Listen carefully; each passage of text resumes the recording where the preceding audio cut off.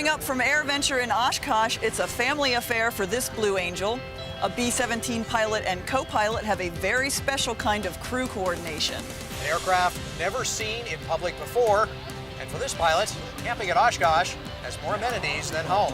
AOPA Live this week starts in just a moment.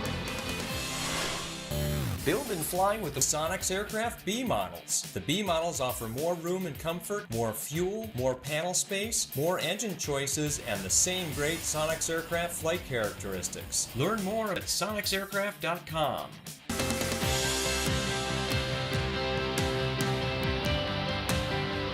This is AOPA Live This Week with Tom Haynes and Melissa Rudinger.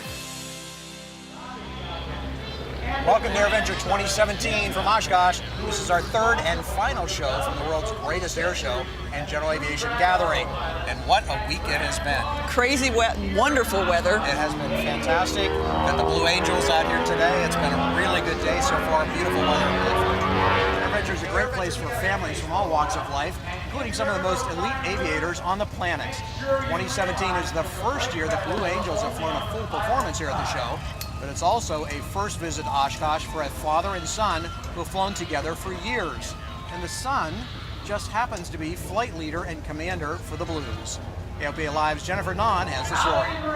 I grew up flying with my dad, who was a private pilot, and so that's really where it all started for me. For Ryan Bernacki, aviation runs in the family. But from his humble GA roots of flying with his dad, he became Commander Ryan Bernacki, flight lead of the United States Navy Blue Angels. Don't let the fancy jet fool ya. He's just as excited as anyone else to be here. I'm thrilled. I feel like a little kid. I've wanted to be here my whole life, and this is my first time here. It was spectacular coming in. We saw the crowd, and I couldn't believe how big it was, and kind of that, wow, Oshkosh kind of feel as it all came into view. And we came over just as Rob Ryder was finishing the anthem and made a right turnout and into the break and rolling out just that huge crowd and all those beautiful airplanes. It couldn't be more special to be here. We're thrilled. For the commander, it's even more special as his dad is on hand so they can experience AirVenture for the first time together. Even though the Blue Angels are the headline act here at Oshkosh, they still have a lot of respect for their airshow family.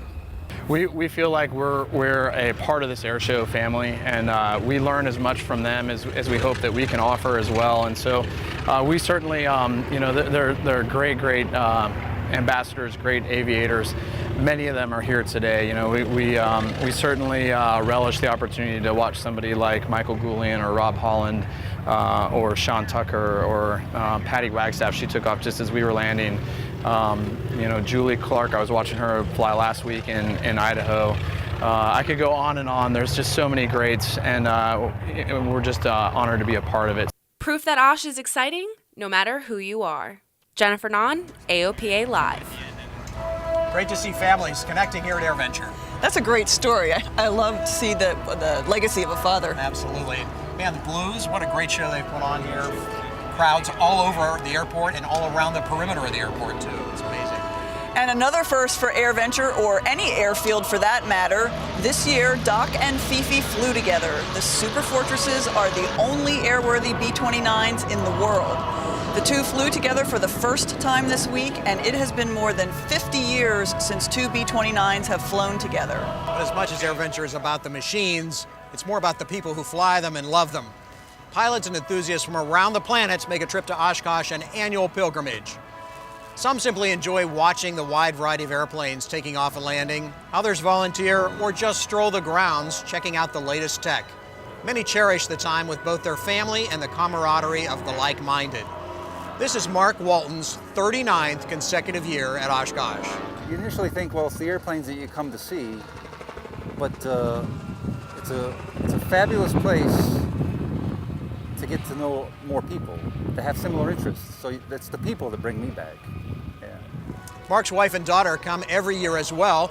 His daughter is a senior in high school this year. She's only 17, but this is her 18th consecutive AirVenture. Can you believe that? Talk about a family affair. Yeah, she's been here every year. Tom, and speaking of family, We found another Oshkosh coupling. One of our favorite activities at AirVenture this year was a flight on EAA's B-17. Our Josh Cochran has the story on the Flying Fortress and the couple who flies it. What's your favorite airplane? B-17. Why is the B-17 your favorite airplane? Because it's the best one in the world. Yeah. The love for B-17s is a sentiment shared by many. At AirVenture, groups line up for a chance to ride in this historic beauty.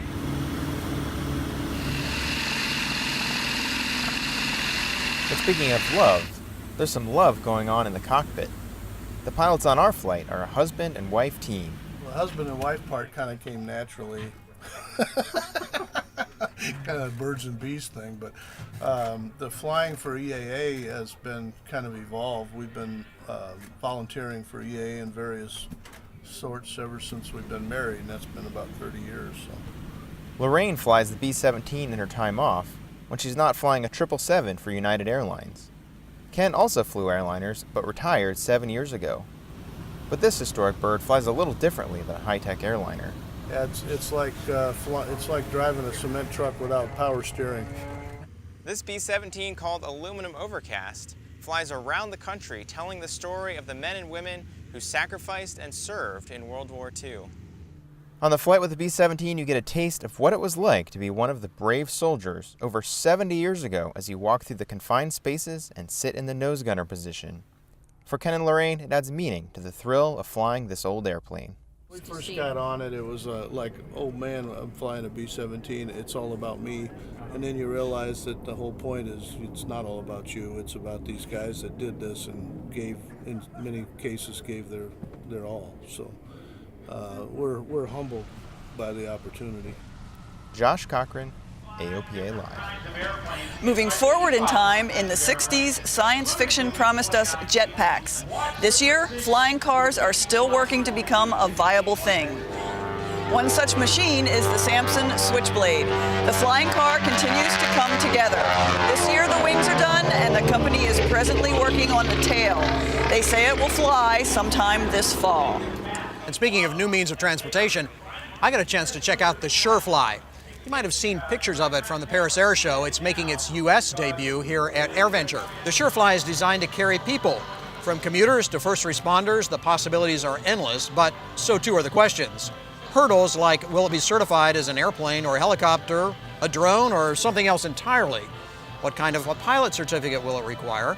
The company is still working to chart a path through the regulations. We've got regulatory hurdles to overcome, as well as just communications between other autonomous vehicles so that they're flying in a coordinated way. In the meantime, they're striving to get their flying machine in the air. The first prototype will be human-flown, but the end goal is to make the two-seater autonomous. It's powered by a modified Honda automobile engine. That powers the 8 electric motors. So we've got a lot of redundancy built in with having eight propulsion motors. So if any one goes, the other one can pick up the pace and you can safely land. There are battery packs to give a boosted takeoff or for emergency descent. And those arms, well, they fold down for easy storage in a garage. Target price for the machine? Under $200,000. So what do you think? You're gonna go flying the octocopter? I'll sign up. It does look like I got a lot of fun. It's a little goofy, but it looks like it'd be a lot of fun. Amazon also has lofty goals for drones. They brought their Amazon Prime drone to AirVenture. The company hopes to use the drone for door-to-door deliveries. They came to the show to ease pilots' concerns and explain how the drone will integrate into the National Airspace System. Really pleasantly surprised by how excited pilots are about this service, how excited people are about all the technology we have on there. All our drones are built with advanced state-of-the-art sense and avoid technology, so they can actually spot and recognize planes before pilots see it and move to avoid it. Once the drone is in service, Amazon hopes to deliver packages to customers in 30 minutes or less. So do you think it'll happen in the next couple of years? I don't know, but you know, when I want my toaster, I want my toaster in 30 minutes or less, right? It's going to come right to the front door. It's going to be great. Need it now. When we come back, some Apollo astronauts say Houston has a problem. And this Cessna pilot can really live off the grid. AOPA Live from AirVenture continues in a moment.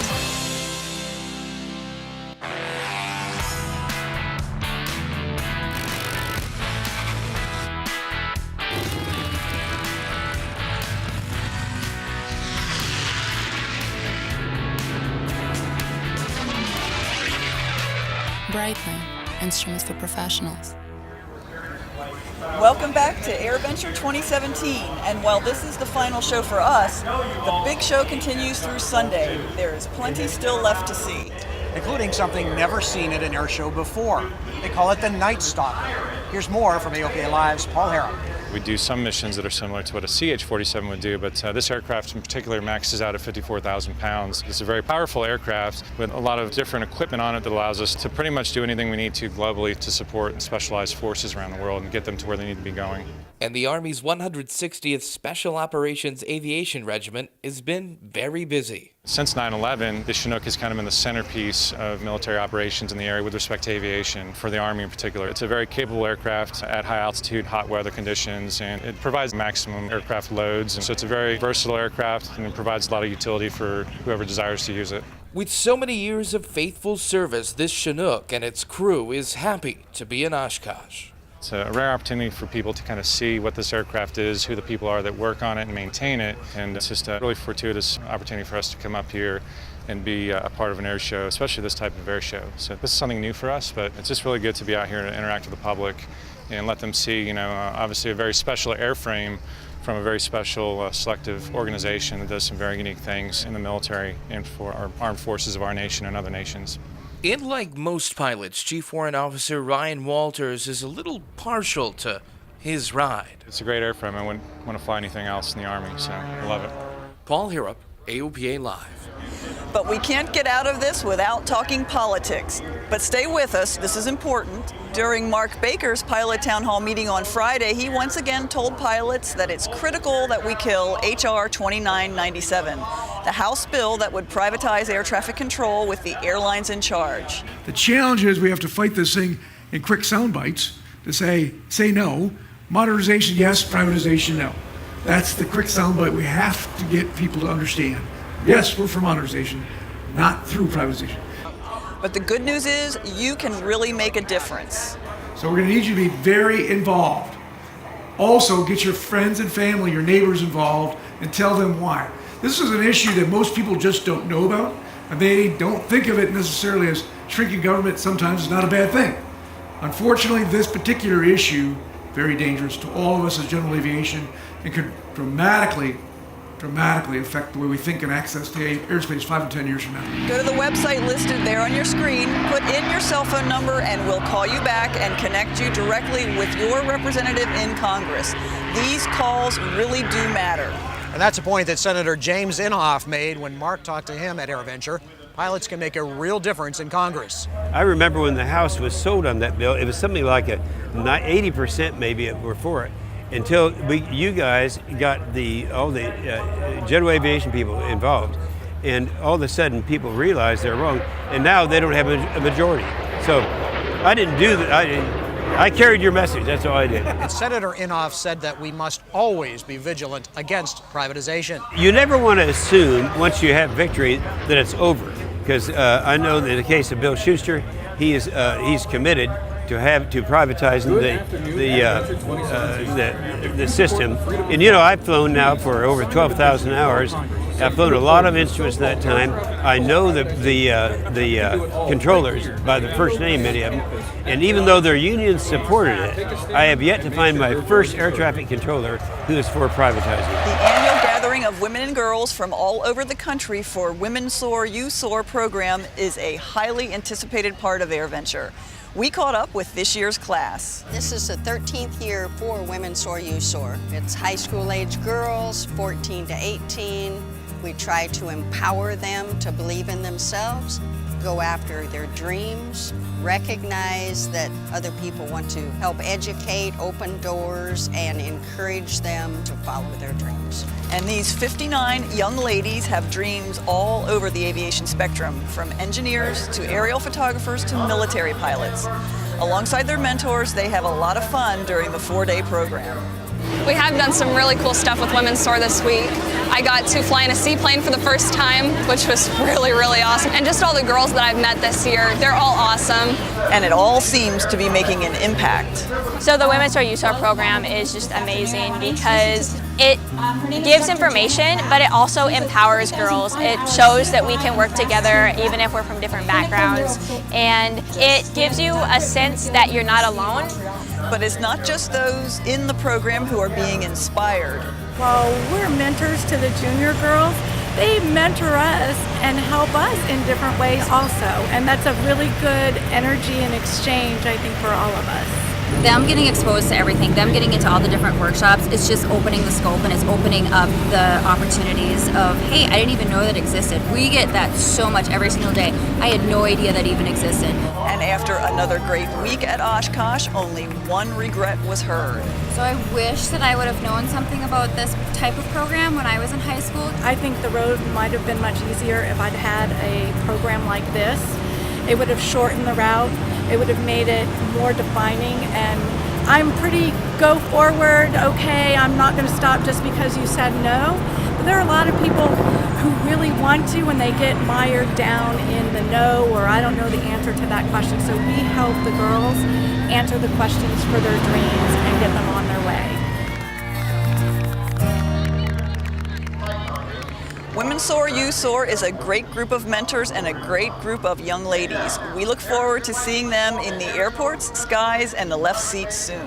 And someone we were happy to see back at Oshkosh. Rachel is excited and passionate about flying. She sells jewelry, much of it aviation themed, to pay for the Bushcat airplane she's building.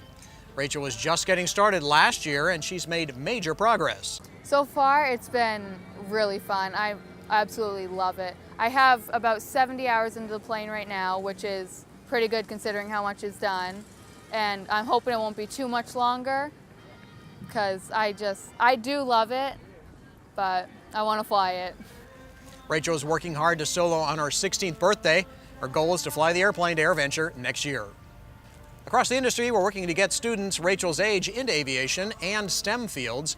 This week, EAA once again had Teacher Day, where educators come to the show for free to learn how to integrate aviation and STEM into their curriculum.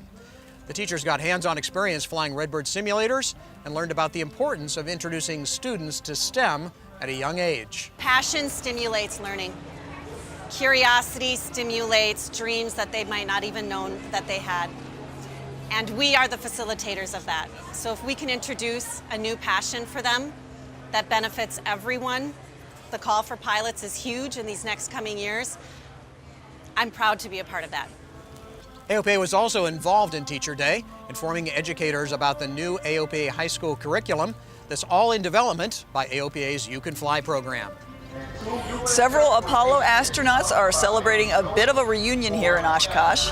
Jim Lovell from Apollo 8 and 13, Walt Cunningham from Apollo 8, Al Worden from Apollo 15, and their flight director, Gene Krantz, took some time to reminisce about the past and look to the future. All agree getting our children to focus on STEM, or science, technology, engineering, and math proficiency will help this country to continue to lead humanity into space. I think the future of the world is in our kids, and if we don't get them going in the right direction, we're going to have a big problem. I don't like the direction that our young generation has gone over the last 10 years, because I think we're leaning too much to the social side of whatever is out there, and we are giving up on the technical side, and we've got to turn that around. But the past also has the astronauts concerned. A bit of history is slowly disintegrating. Mission Control, Houston has a problem. Right now, it's basically a disaster area. It had been abandoned for the best part of 2 decades. The carpeting is held together with duct tape. People have been in the room, they've stolen the light bulbs out of the out of the communications panels in there. You go back in the viewing room, they've actually removed pieces from the fabric back there. And this is not the way you treat a major historical landmark. This is where Americans first heard the words, Houston, Tranquility Base, here the Eagles landed. We also heard the words, Houston, we got a problem. We also saw this marvelous picture coming from Apollo 8, Earthrise. NASA has no funding to preserve the center, but a Kickstarter campaign has raised more than $285,000 so far. The goal is to have it restored by next July, which will mark the 50th anniversary of Apollo 11 and the first lunar landing. Finally, there are aviators who thrive in a crowd, but many enjoy the solitude flying affords. Everyone has a story, and as Paul Moses discovered, some bask in the glory of wilderness found. For many, camping under an airplane wing is about as out there as they ever want to be. But for Swiss pilot Arthur Hafleger and his friend Heinz, living out of Arthur's Skywagon here at Oshkosh is, well, real living. The 180, in fact, is the best thing I have bought in my entire life. It brought me so many moments of meeting people, of experience landscape, by yourself, away from everybody, and you can't weigh this up with money. You see, Arthur's home is far from the hustle and bustle of big city life. The population of Shoshana, his tiny Alaskan town, is 4. No roads in or out, no electricity, no running water, just a small cabin, an outhouse, a natural spring, solar panels, batteries, and whatever else he brings inside his Cessna. You know, we sometimes put whole barrels of fuel or diesel and all stuff, and this airplane flies. You know, if you keep the CG forward, it practically carries what you find space for. An explorer at heart, this retired Swiss air pilot's one of the remote inhabitants of Wrangell St. Elias National Park, which at 13.2 million acres is the same size as Yellowstone and Yosemite National Parks and is native Switzerland combined. We fly up to the glaciers and land like at 9,000 feet or above and take our skis out and hike to those mountains with our skis or snowshoes. So on camping trips like this, you don't know where you camp sometimes or where you'll land. So with all the airplanes, the aviators, and the modern amenities, this first-timer at Oshkosh and friend are really just soaking it all in. The North 40, well, that's nothing to them. Because while aviation's about learning, exploring, and doing more, sometimes it's better with less. Paul Moses, AOPA Live. Wow, he really takes the idea of living in solitude to a whole new level. Yeah, that's truly off the grid. Good for him. I'm glad he's out and about. Brought the Cessna down here. Fun. Hey, he gets out and sees the world. Yeah, this is really different than his hometown. Anyhow, we've had a great week. Hope you've enjoyed watching as we've covered the show for you. Lots more still to come from Oshkosh. We'll be back in Frederick in the studio. See you next week on AOPA Live this week.